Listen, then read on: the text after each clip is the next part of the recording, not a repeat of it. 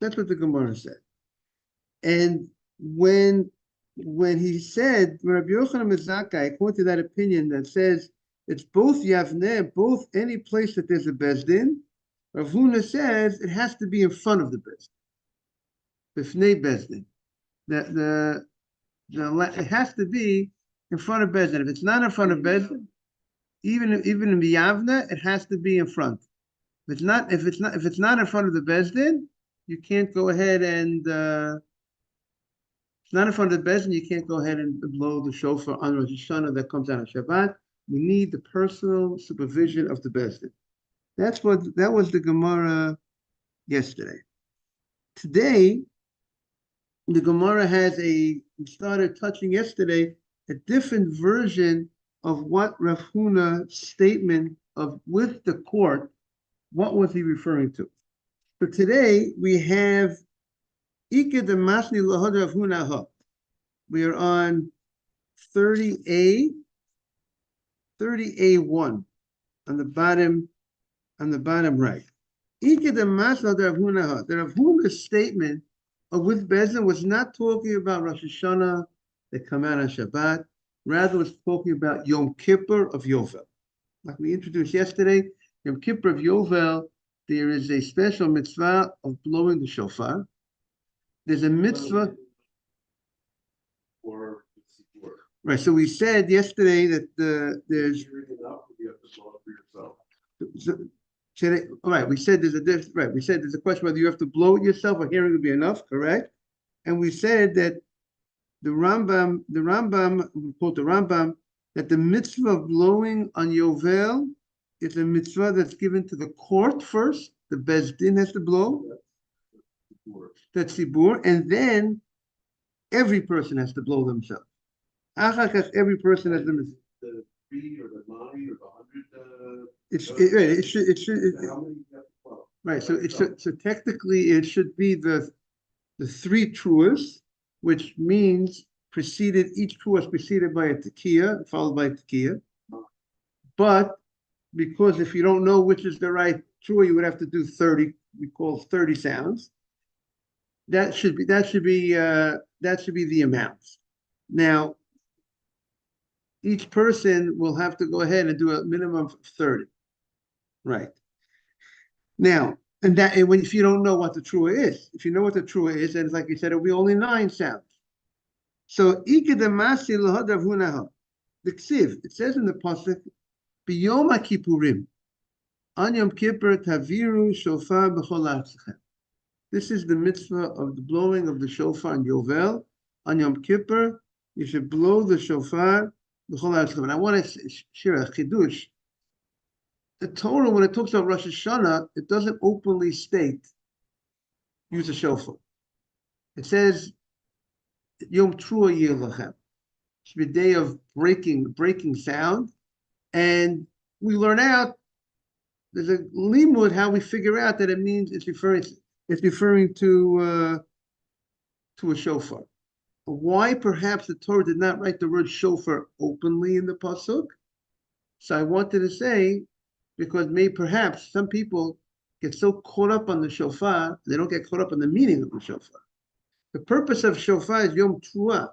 It's the breaking sounds. We want to focus on breaking the heart, repenting, not just the sound of the shofar. So perhaps the Torah does not openly emphasize the shofar word because people should put more focus on what the purpose of the shofar is, and therefore maybe perhaps the Rabbanan, when they said if Hashana comes on a Shabbat, they said don't blow the shofar because you're afraid you shouldn't come to carry, but they still felt you could still have a Rosh Hashanah without the shofar, so to speak, in a certain sense. That's something to think about. But when it comes to Yovel, that's when the Torah says you have to blow the shofar. So it says blow the shofar. So the fact that it says taviru shofar, plural, is, and it says b'chol artzachem, throughout your country, it has to be the blowing of the shofar. So throughout the land of Israel, melamed shekol yachid v'yachid chayiv l'tkoah. That teaches us that every individual has an obligation to blow. Omar Rav Huna, Rav Huna says, with that being said, the im bezdin. He says, what does it mean, even though everyone has to blow, but it has to be with bezdin? Now, what does it mean with bezdin? It can't mean in front of bezdin like we interpreted Rav Huna last time, because if you're throughout the country, there's no bezdin throughout the country. So what does he mean here, according to this version of the Goyim Bezdin? Has to be Bisman Bezdin. They have, everybody blows. The whole country could be blowing the shofar, but it has to be when the Bezdin is in session. The first 6 hours of the day, as we saw yesterday, the Bezdin leaves on Shabbat. They're not in the, they're not in Mishnesh Gazit. They go to the Chel, a different area, but they're in session. They're there. The court is there. And therefore, and Yom Kippur has the same status as what, the Shabbat. So here we because you can't carry Yom Kippur like you can't carry Shabbat, and therefore, and by the way, some people make that mistake. They think Yom Tov I could carry, Yom Kippur is a Yom Tov. So therefore, people have to be careful about that. If you're not a neighbor that there's no eruv. So Rav Huna says, "My v'im bezdin bisman bezdin lafuke shelo bisman bezdin lo."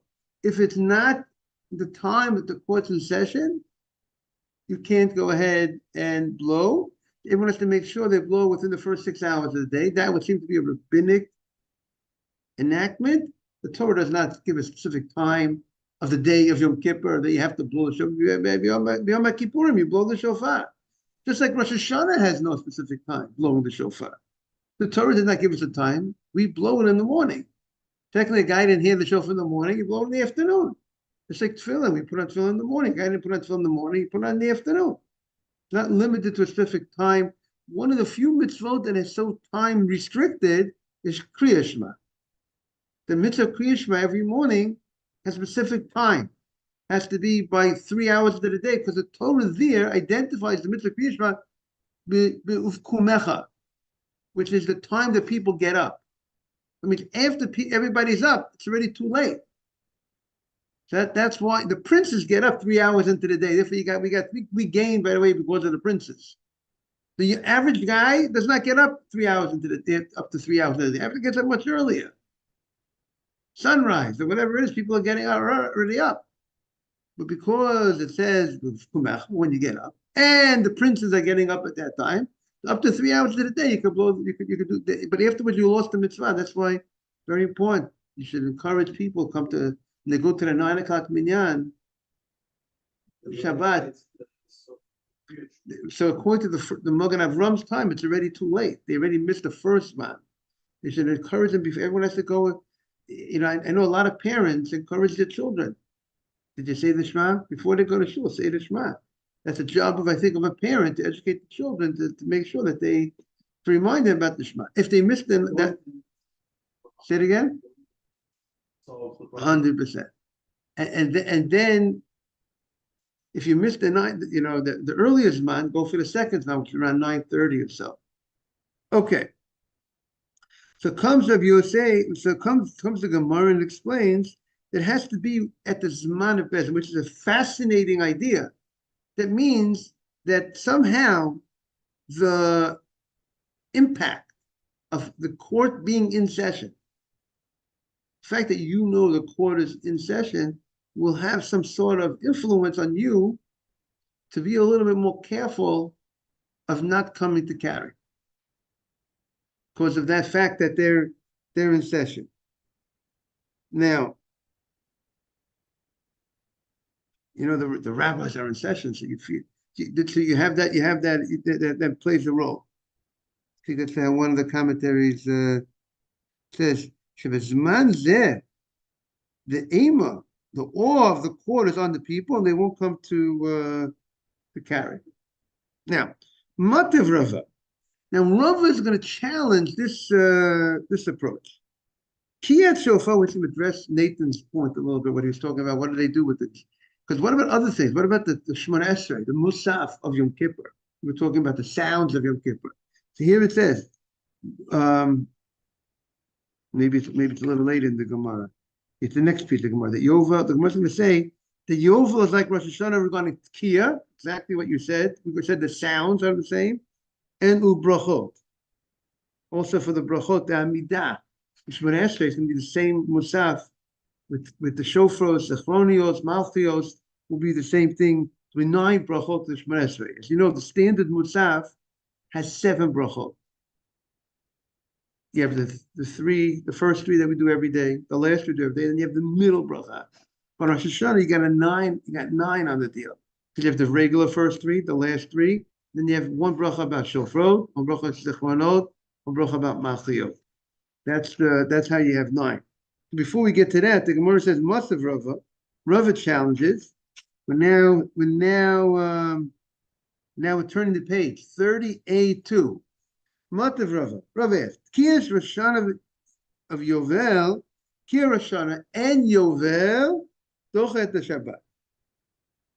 You blow that on Shabbat, right? You can go ahead and blow the shofar on Shabbat. Rosh Hashanah comes out on Shabbat. We blow the shofar. Bigvulin. Now, so the text over here, the Vilna Gaon removes the word Rosh Hashanah, because we know, because the Gemara says here Bigvulin, outside the Mikdash, which we know is not so. We're getting into different questions outside the Mikdash. Where are you allowed to blow? Right? We said there's a machloket. You blow in front of a Sanhedrin, or it has to be a Sanhedrin Gedolah. The text over here is the Kiyah of Yovel. And Yovel b'gvulin isha beito. It has to be done isha beito. Also, the Gemara said before you do it in front of a Beis Din. And this text would have it, if you have the text of Rosh Hashanah comes on a Shabbat, you do it isha beito. That means that you and your family, that means it's not in front of a Beis Din. So therefore, they don't have this text. The Vilna Gaon says the text here is Yovel. Yovel b'gvulin. Yovel on outside the Mikdash. We don't have to blow on Yovel the shofar specifically in the Mikdash. You say Isha Beito, because we said by Yovel it's Havir b'chol artzachem. It has to be. It's done throughout the country. Throughout the country, you blow the shofar on Yovel. But it's Isha Beito. It's b'gvulin Isha Beito, a man and his house. So the Gemara wants to know, what does it mean Isha Beito? What does it mean a man and his house, they blow the shofar on Yovel, outside the Mikdash? The house usually, the woman is usually referred to the house. So a woman is not obligated to blow because it's a time-bound mitzvah. Yom Kippur of Yovel is a time-bound mitzvah. So what does it mean, Isha Beito? Ma Isha Beito. Ile ma ish uvi ishto, the man and his wife.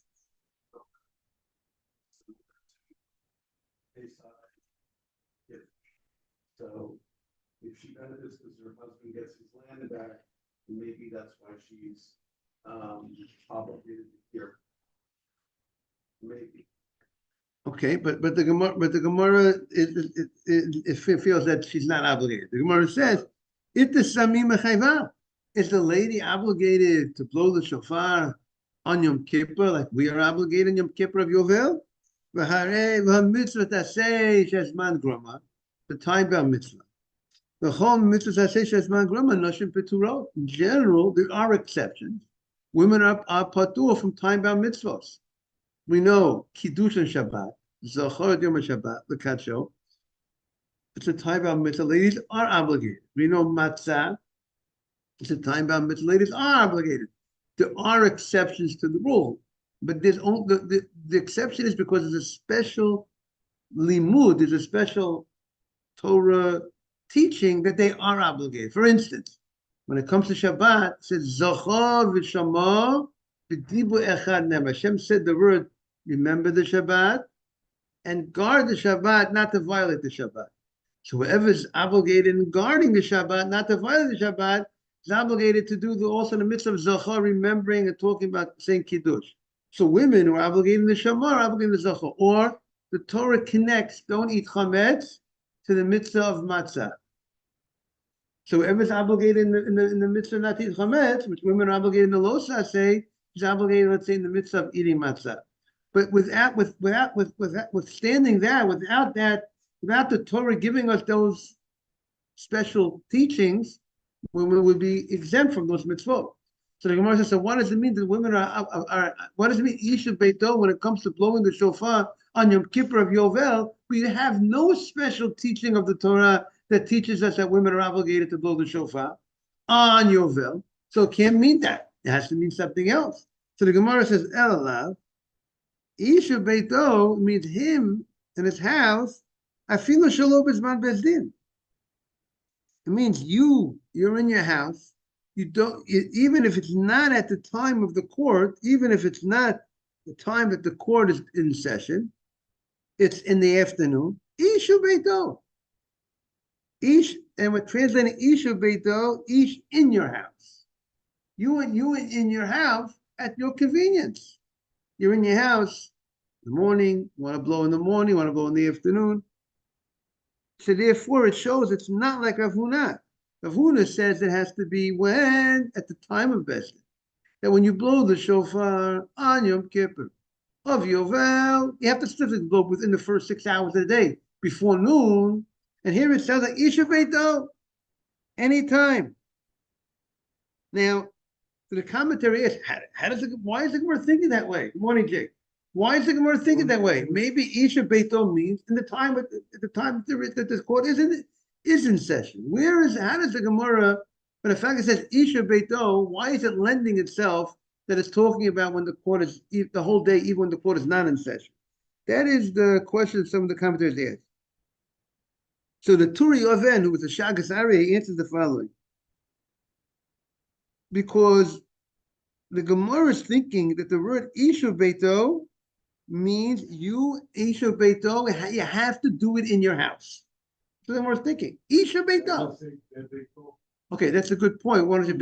But Ish and your house, meaning, or maybe the Bnei Habayis, you and the members of the house who are obligated have to do it, but or the Gemara is thinking, Isha Beito, maybe man and his house, meaning there has to be in your house. Why in your house? Because that will prevent you from carrying the shofar. So you won't come. So because if you do it somewhere, if you know, or people, why am I limited to? Why can't I go somewhere else? I can't take the shofar somewhere and blow the shofar. I have to do it in my house. So it will remind everyone, because people should come to carry. So by telling the person you must blow the shofar in your house, people will say that's odd. People say, why? Because they have to make sure you don't come to carry the shofar. And therefore, if that's the case, it has nothing to do with the time of Besdin. If it's all about my house, I got to blow the shofar in my house, make sure I don't come to carry it. Does it have to do with what is the time of Besdin have to do with anything? It's not the time of Besdin, because I already knocked out the concern of carrying by making it in my house, by restricting me where I could blow the shofar. And therefore, the Gemara answers, no. The Gemara answers, that's not what it means. Lo olam min bebezdin, bisman bezdin. It means, don't say Isha Beito means, don't say Isha Beito means it has to be specifically in your house. Morning. No, it doesn't have to be specifically in your house. Isha Beito would mean I have to go ahead and blow the shofar, but I have to do it specifically in the time, in the time that Bezdin is in session. So why is it emphasizing your house? What's the word house? Morning, Aaron? That even in my house I can blow, I don't have to blow in front of. Good morning, Mr. Tevel. I don't have to go in and blow in front of the court. I don't have to show up in front of the court, right? When it comes to Rosh Hashana that comes down on Shabbat, what do we say in Rosh Hashana comes down on Shabbat? You got to go ahead, right, Nathan? Rosh Hashana comes on Shabbat, you got to do it in front of the court. You have to go ahead and blow in front of the court. But when it comes to Yovel, you do not have to blow in front of the court. You could even do it in the privacy of your own home, but it has to be at the time that Bezdin is in session. been obligated in your word, yes. The obligate in the fasting on Yom Kippur, yes. Maybe one could argue that blowing the shofar or hearing the shofar blown on Yom Kippur Yovel is not a time-bound mitzvah, but it pertains to the day. So then according to that, you say by Rosh Hashana, they're obligated not to do work on Rosh Hashana, the women, and we don't say they're obligated blowing on a Torah level. Just Right, correct. think shofar. Thank you for coming.